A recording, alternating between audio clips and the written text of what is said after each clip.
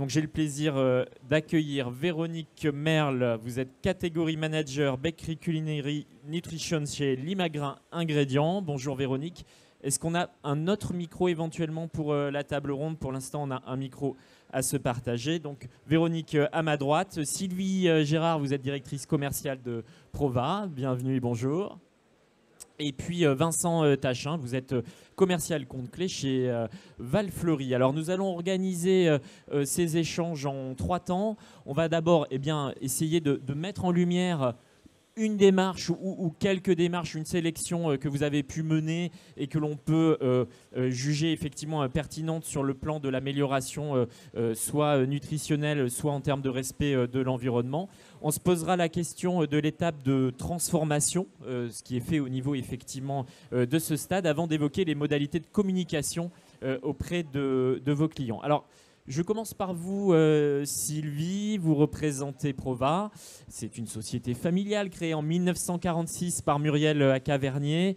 C'est une dirigeante qui a la RSE chevillée au corps. Prova, ce sont des extraits, des arômes bruns, vanille, cacao, café. Tout est fabriqué en France dans votre usine du Loiret près d'Étampes.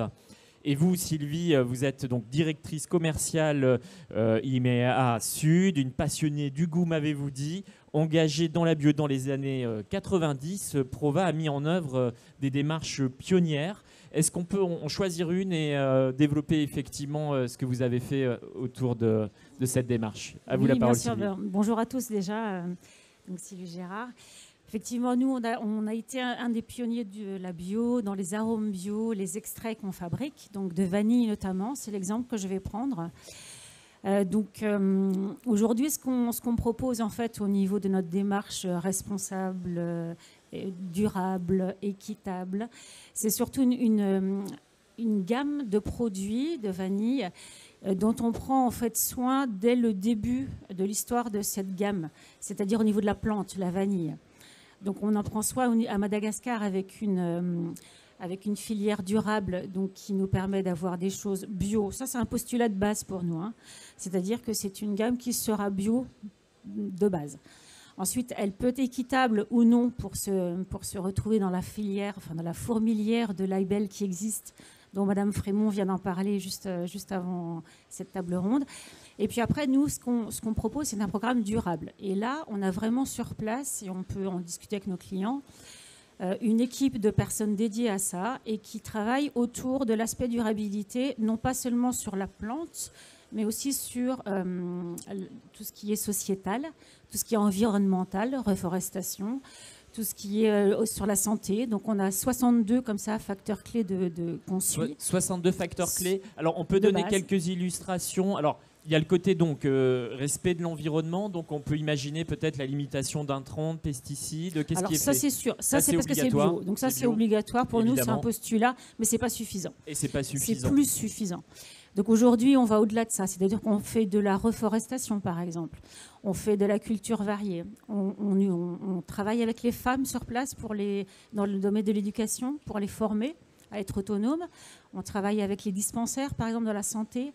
On travaille pour construire des bâtiments en dur autour de l'eau, par exemple. On a été actifs au moment du Covid pour des normes, par exemple, sanitaires, pour leur apprendre bêtement à se laver les mains, travailler dans des conditions d'hygiène correctes. Donc on va bien au-delà en fait, de la plante et du produit qu'on travaillait dans le temps sans pesticides. Parce qu'il faut recontextualiser, Madagascar, c'est une des îles, un des pays les plus pauvres du monde. Les planteurs dont on parle, c'est des petites exploitations. J'imagine que c'est plutôt une agriculture vivrière et la vanille comme source éventuelle de revenus. Principale et éventuelle de revenus. Donc effectivement, c'est tout l'opposé d'une culture massive, intensive, comme on peut la connaître en Europe.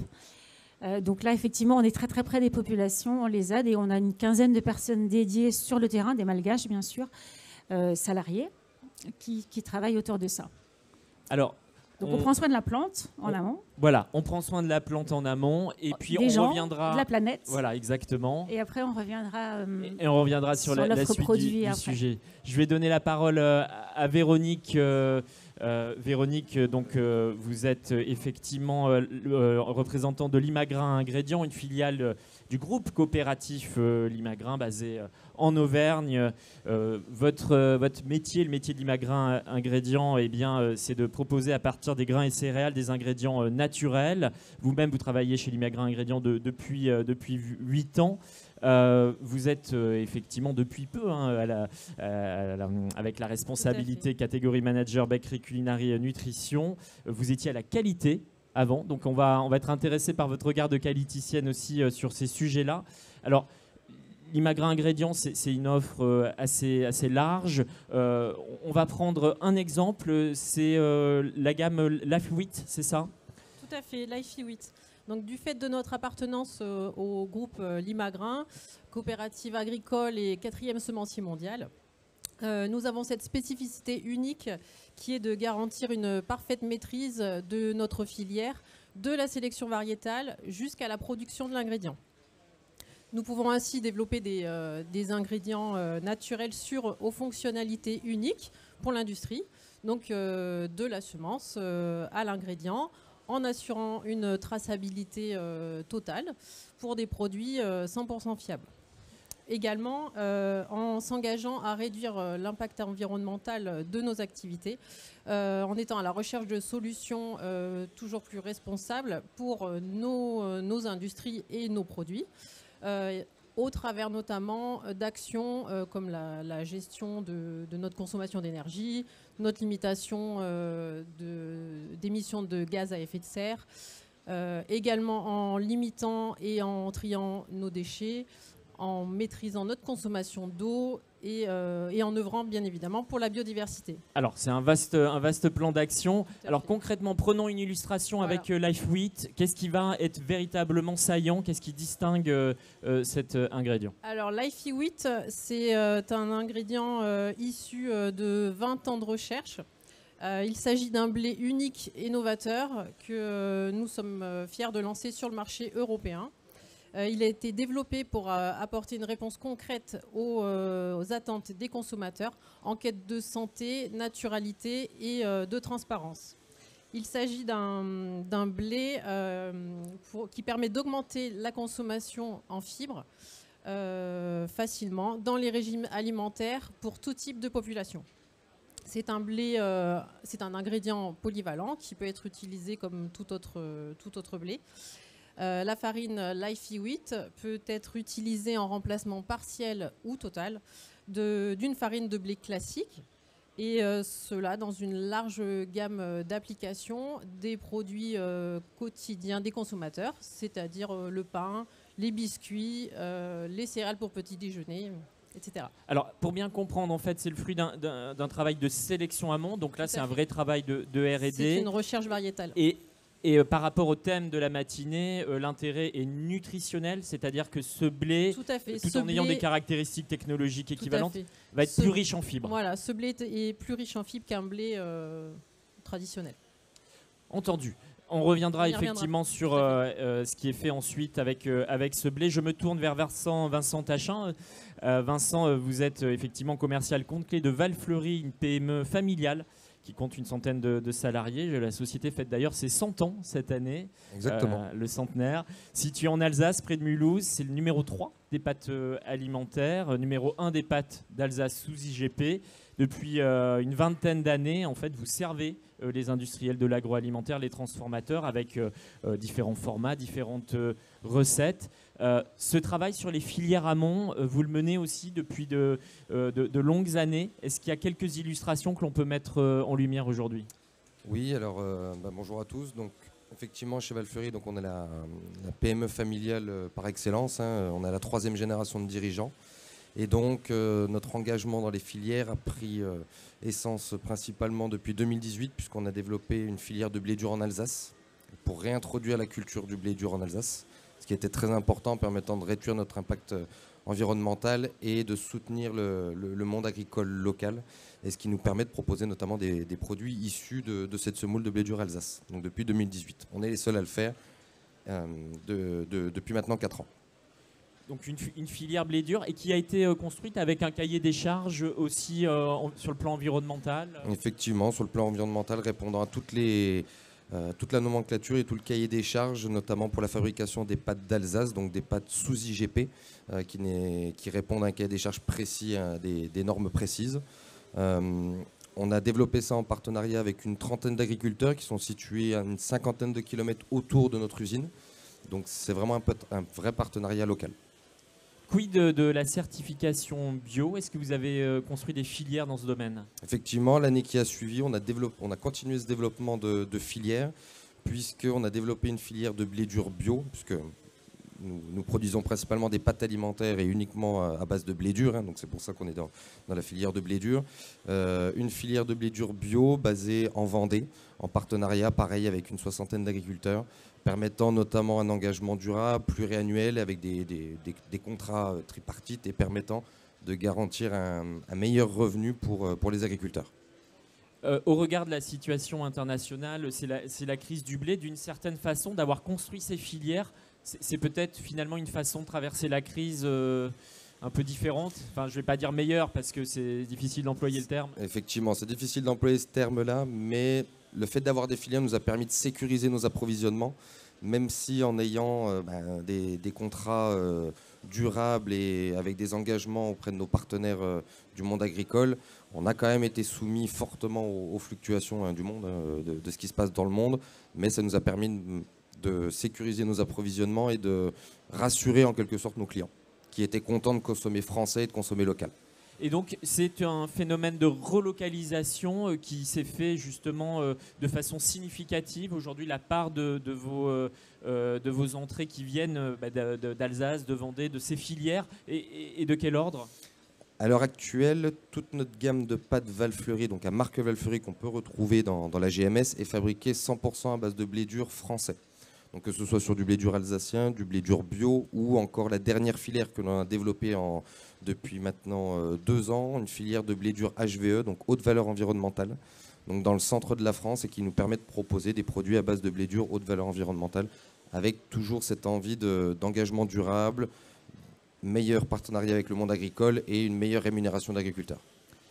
Merci Vincent. J'aimerais maintenant qu'on fasse un focus sur l'étape transformation parce qu'effectivement l'enjeu est sur les approvisionnements mais il est aussi sur la préservation des qualités intrinsèques de cette matière première. Alors par exemple Sylvie chez Prova, qu'est-ce qui est fait au niveau de l'outil en fait de transformation pour justement être le plus respectueux possible de l'environnement et des qualités intrinsèques de la matière première? Alors, chez Proval, donc la gamme dont je parlais tout à l'heure, qu'on appelle Care and Act Vanilla, Care and Act, donc prendre soin et agir au niveau de la vanille. Donc on a des extractions donc avec des process d'extraction le moins ultra transformés qui possible. On en parlait tout à l'heure. Voilà, donc ça c'est quelque chose de très important vers lequel de toute façon on y va et on y est. Ça veut dire c'est surtout, j'imagine, sur les solvants ou c'est sur la technologie employée? Alors c'est les deux. Donc c'est la technologie d'extraction qui n'utilise pas d'ingrédients ultra transformés. Et après, au-delà de ça, c'est quand on fabrique nos arômes, nos extraits, c'est les mettre sur des supports aussi qui ne le sont pas. C'est-à-dire du sucre, par exemple, de l'éthanol bio, voilà, des choses très simples, très naturelles, dont les process d'obtention sont simples aussi. Et donc, avec cette gamme Care and Act Vanilla, on propose à nos clients des choses, des extraits qui sont vraiment, vraiment naturels. Il y a une vraie cohérence. Une vraie cohérence du début jusqu'à la fin, donc jusque dans le produit fini, du yaourt à la vanille, par exemple, sur lequel, sur le produit, on pourra très bien raconter l'histoire de cette vanille durable avec la personne qui l'a travaillée. Et donc éventuellement avec un petit flash code pour pouvoir aller sur notre programme durable, pourquoi pas. Je me tourne vers Véronique, étape de transformation, Limagrain ingrédients, quelle actualité dans le domaine? Alors nous transformons nos grains et céréales en ingrédients sûrs et nutritionnels grâce à nos moulins et nos ateliers de transformation. Nous n'appliquons aucun traitement chimique. Pour reprendre l'exemple de Lifey Wheat, la farine de blé Lifey Wheat, les fibres sont naturellement présentes dans le produit. Elles ne sont ni extraites ni transformées. Ce printemps, nous allons ouvrir un nouveau moulin à blé situé en plein cœur de notre filière, en Limagne, centre de la France, afin de proposer des produits de toujours au plus haut niveau de qualité. Également pour gagner en flexibilité et assurer une stabilité des produits et œuvrer pour la réduction de notre impact environnemental. C'est un investissement massif, je crois, Oui. de plus de 20 millions fait, d'euros. Outre effectivement des capacités de production, c'est fait. effectivement un niveau technologique qui va mieux Exactement. préserver les qualités de ces ingrédients. Tout à fait. Ce sera un outil de dernière génération afin de garantir de nombreux bénéfices en termes de sécurité des aliments. Également de qualité et de stabilité des farines, mais aussi en termes de traçabilité et de conditionnement. Ce moulin sera bien évidemment certifié ISO 22000 FSSC, mais également ISO 50001, toujours dans cette optique d'améliorer notre impact environnemental. Voilà, une norme ISO 50001 qui est la base effectivement pour avancer sur la maîtrise des consommations énergétiques, avec notamment une phase de diagnostic qui permet ensuite de piloter au mieux sa stratégie. Je me tourne vers Vincent. Alors, l'outil de production de Val-Fleury, quelle est l'actualité? Est-ce qu'il y a eu des investissements justement pour soit aller vers la réduction des consommations énergétiques, soit effectivement veiller à la préservation des qualités de la matière première Alors de notre côté, on s'est énormément basé sur le développement de filières, puisqu'on a développé, donc, comme je vous le disais, 3 filières de blé dur qui nous ont permis très concrètement de développer 3 gammes de produits différentes, donc permettant sur la gamme en pâte d'Alsace d'utiliser la semoule de blé dur uniquement alsacienne, donc sur nos gros runners, comme on peut dire, sur notre gamme à l'ancienne, gamme très typique. Sur la filière de blé dur bio, on a développé donc depuis 2019 3 gammes, une à base de légumineuses, une à base de légumes et une dernière basée sur des semoules de blé dur et des œufs frais plein air. Et enfin, depuis maintenant un petit peu plus d'1 an, notre toute dernière en gamme HVE qui permet notamment de proposer une gamme de produits respectant beaucoup plus de biodiversité permettant de respecter de meilleures pratiques du monde agricole. Donc effectivement, pour vous, l'enjeu, c'est vraiment porté vers la matière première davantage que vers l'outil de transformation. J'aimerais qu'on passe au 3e temps de notre échange, justement. Ces qualités que vous avez mis en avant, Vincent. Comment les faire connaître, comment les faire comprendre par le client final, le consommateur final? C'est quoi votre méthode à vous? Alors avec nos produits en pâte alimentaire, on a l'avantage, nous, d'avoir le Nutri-Score A. Donc de par le fait, tous nos produits sont affichés avec le Nutri-Score A sur l'emballage.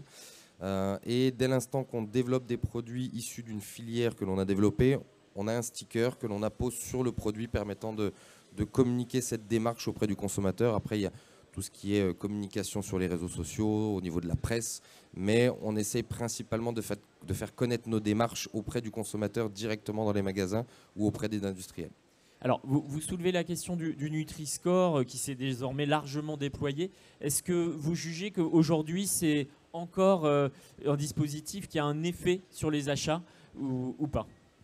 Oui, j'ai l'impression. Alors, je me base sur aucune étude, mais j'ai plutôt l'impression, et je le vois sur le marché, depuis que le Nutri-Score est en train de se développer, énormément d'industriels, de produits sont mis en avant avec le Nutri-Score. Donc effectivement, je pense, nous on est une petite PME familiale ne se basant pas sur des études de marché ou de choses comme ça. Quand on voit que les gros, on va dire, le font, je pense qu'il y a des études qui sont derrière permettant de certifier que ça a un impact. Et sur les autres arguments, donc on a vu des arguments d'origine en fait, une mise en place de filières françaises ou alsaciennes. Quel a été l'impact sur les ventes? Est-ce que effectivement vous avez le sentiment ou vous avez évalué la perception par le consommateur de cet argument-là? Alors la perception, on a principalement pu l'avoir d'un point de vue très très local via notre filière de blé dur Alsace. Parce que comme je vous le disais, petite PME, on n'a pas de mesure et de matériel permettant de mesurer précisément l'impact de la communication qu'on peut avoir, mais on l'a ressenti auprès de nos consommateurs alsaciens principalement, qui étaient fiers de voir justement qu'on avait développé une filière de blé dur en Alsace permettant d'être en partenariat réel avec le monde agricole alsacien et de relocaliser, de réintroduire cette culture qui était très peu émise sur le territoire alsacien. Merci Vincent, je me tourne vers Véronique. Alors on a parlé de Lifey Wheat, donc le fruit d'une sélection variétale, un blé plus riche en fibres et de fait les farines le sont également. J'imagine que la valorisation peut se faire sur le plan des allégations nutritionnelles et de santé peut-être. Tout à fait. Si l'on prend l'exemple d'une farine de blé donc, blanche issue de Lifey Wheat, elle contient naturellement 10 fois plus de fibres qu'une farine de blé classique. C'est-à-dire 25% de fibres contre 2,5%. 85% de ces fibres sont de l'amidon résistant, ce qui confère aux produits alimentaires des bénéfices santé tels que la réduction de la réponse glycémique et une action positive sur le microbiote. Alors là, c'est une allégation de santé Alors, évaluée par l'EFSA. Les allégations santé, nous en avons une qui est, alors bien évidemment selon les conditions d'utilisation, qui est le remplacement des amidons digestibles par de l'amidon résistant dans un repas, contribue à réduire l'augmentation de la glycémie après ce repas. Nous avons également des allégations nutritionnelles telles que source de fibres ou riche en fibres, donc toujours bien sûr en fonction du pourcentage d'incorporation. Et donc cela nous permet de simplement augmenter le taux de fibres dans les produits finis, tout cela sans modifier le process ni les produits finis. Si on prend l'exemple d'un pain de mie blanc dans lequel on aura introduit de la farine de blé blanche Lifey Wheat, nous obtiendrons un pain de mie qui sera riche en fibres, dont l'apparence du produit sera le même que celui qui aura été fait avec une farine de blé blanche classique. Alors, point important, c'est ce que l'on va pouvoir déclarer sur la liste des ingrédients. Qu'est-ce qu'on peut écrire avec Lifey Wheat ? Alors, Lifey Wheat se déclare simplement blé ou farine de blé. D'accord, comme effectivement une farine de blé ou classique. Entendu, Véronique, je me tourne vers Sylvie. Alors, on a vu effectivement une démarche à Madagascar avec 62 axes critères clés sur les volets environnement et sur le volet sociétal.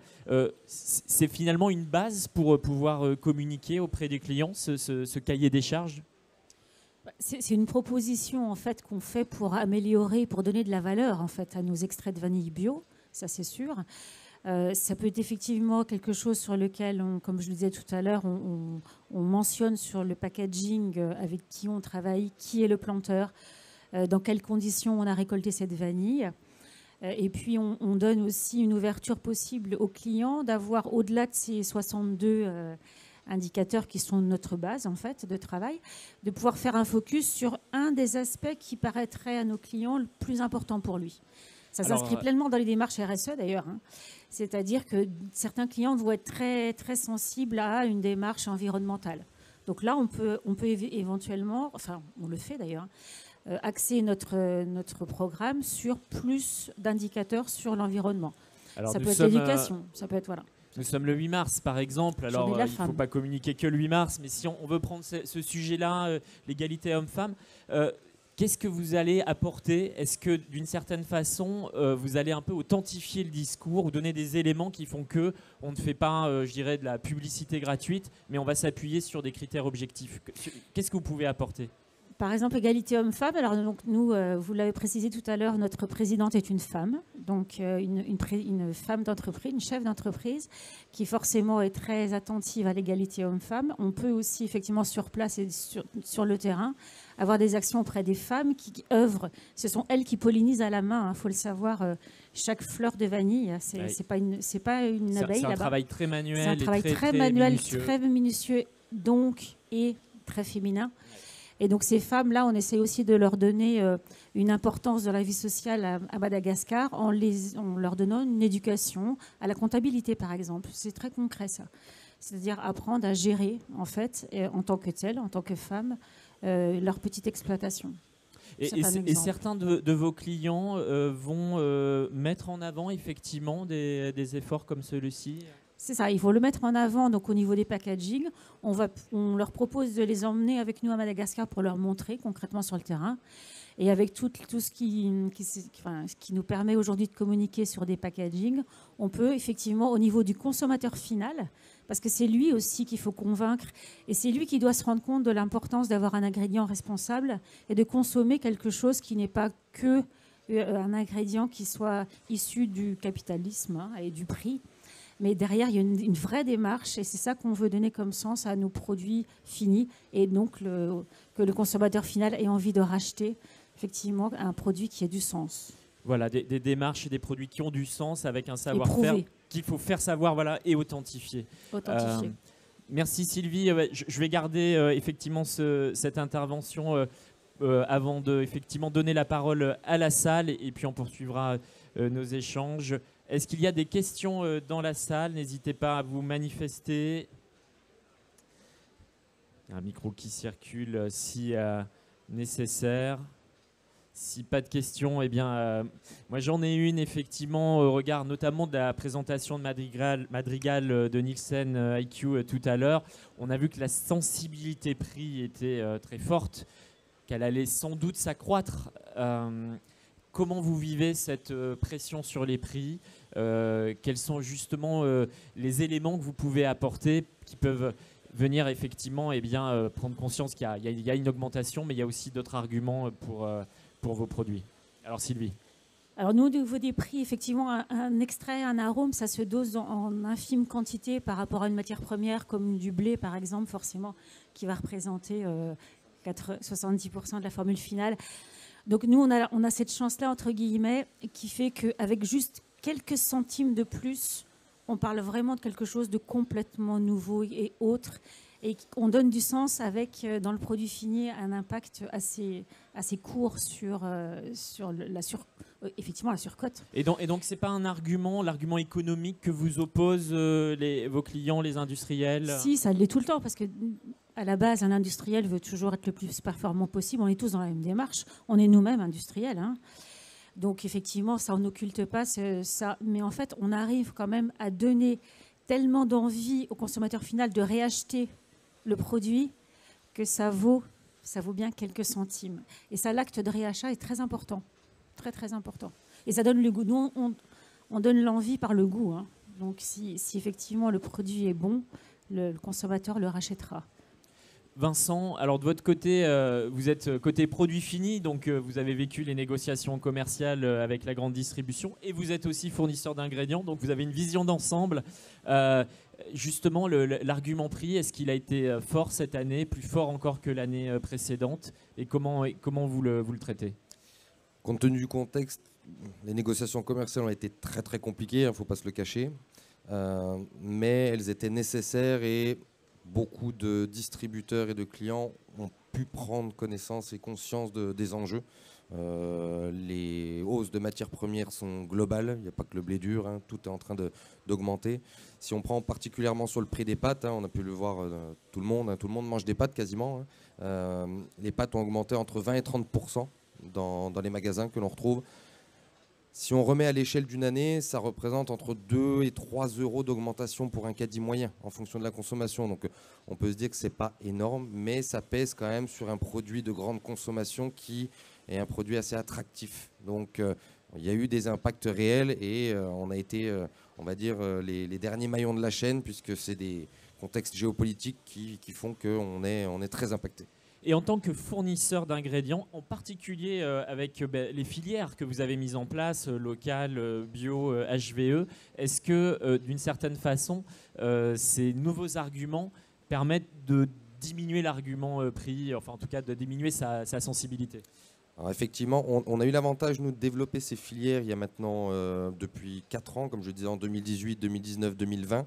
Ça nous a permis de revaloriser, de valoriser encore un petit peu mieux les produits, mais l'argument économique reste l'argument principal, hein, auprès des distributeurs qui cherchent, bien évidemment, hein, comme on le disait, hein, c'est des industriels comme nous, hein, des distributeurs, à acheter au meilleur prix et de vendre au meilleur prix pour être le meilleur. Ouais. C'est assez compliqué, mais on a permis de revaloriser un petit peu les filières et de revaloriser les produits. Véronique, sur le marché de la nutrition, de la santé, avec Life 8, on a vu qu'on pouvait avoir des allégations nutritionnelles, allégations de santé. C'est l'argument prix, comment est-il vécu? Alors effectivement, on est tous impactés par la hausse des prix des matières premières. Après, on met bien évidemment en valeur la qualité de nos produits qui sont naturels, sains et aux fonctionnalités uniques. Nos clients industriels sont bien au courant de cette évolution des prix et connaissent également la valeur de nos produits finis, enfin de nos ingrédients, pardon. Voilà, une valeur effectivement à faire connaître. C'était l'enjeu de nos échanges ce matin. On peut remercier nos 3 intervenants, Sylvie, Véronique et Vincent. Merci à vous.